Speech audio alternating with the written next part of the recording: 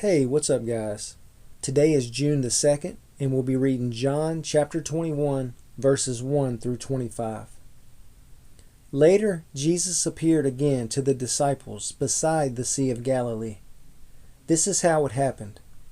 Several of the disciples were there: Simon Peter, Thomas, nicknamed the Twin, Nathanael from Cana in Galilee, the sons of Zebedee, and two other disciples. Simon Peter said, "I'm going fishing." "We'll come too," they all said. So they went out in the boat, but they caught nothing all night. At dawn, Jesus was standing on the beach, but the disciples couldn't see who he was. He called out, "Fellows, have you caught any fish?" "No," they replied. Then he said, "Throw out your net on the right-hand side of the boat, and you'll get some." So they did, and they couldn't haul in the net because there were so many fish in it. Then the disciple Jesus loved said to Peter, "It is the Lord." When Simon Peter heard that it was the Lord, he put on his tunic, for he had stripped it off for his work, jumped into the water, and headed to the shore. The others stayed with the boat and pulled the loaded net to the shore, for they were only about 100 yards from shore. When they got there, they found breakfast waiting for them: fish cooking over a charcoal fire and some bread. "Bring some of the fish you've just caught," Jesus said. So Simon Peter went aboard and dragged the net to shore. There were 153 large fish, and yet the net hadn't torn.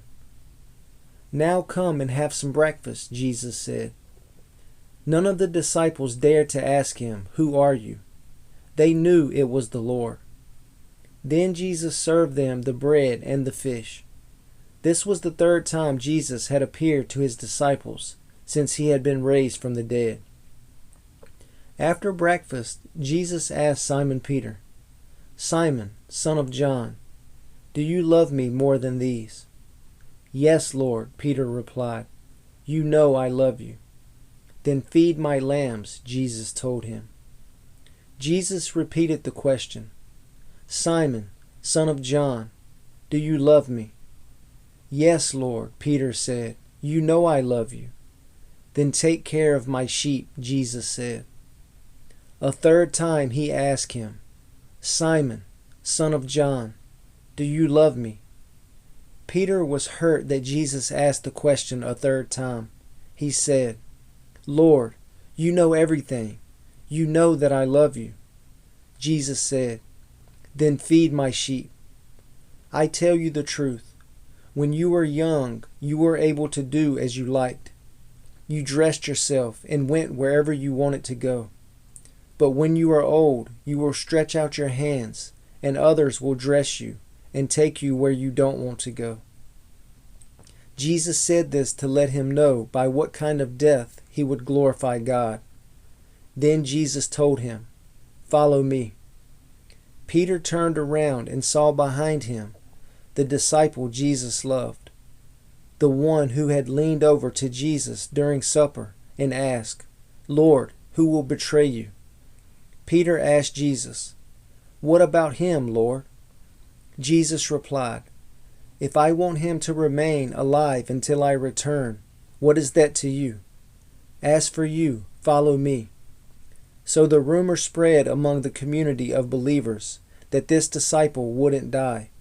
But that isn't what Jesus said at all. He only said, "If I want him to remain alive until I return, what is that to you?" This disciple is the one who testifies to these events and has recorded them here. And we know that his account of these things is accurate. Jesus also did many other things. If they were all written down, I suppose the whole world could not contain the books that would be written.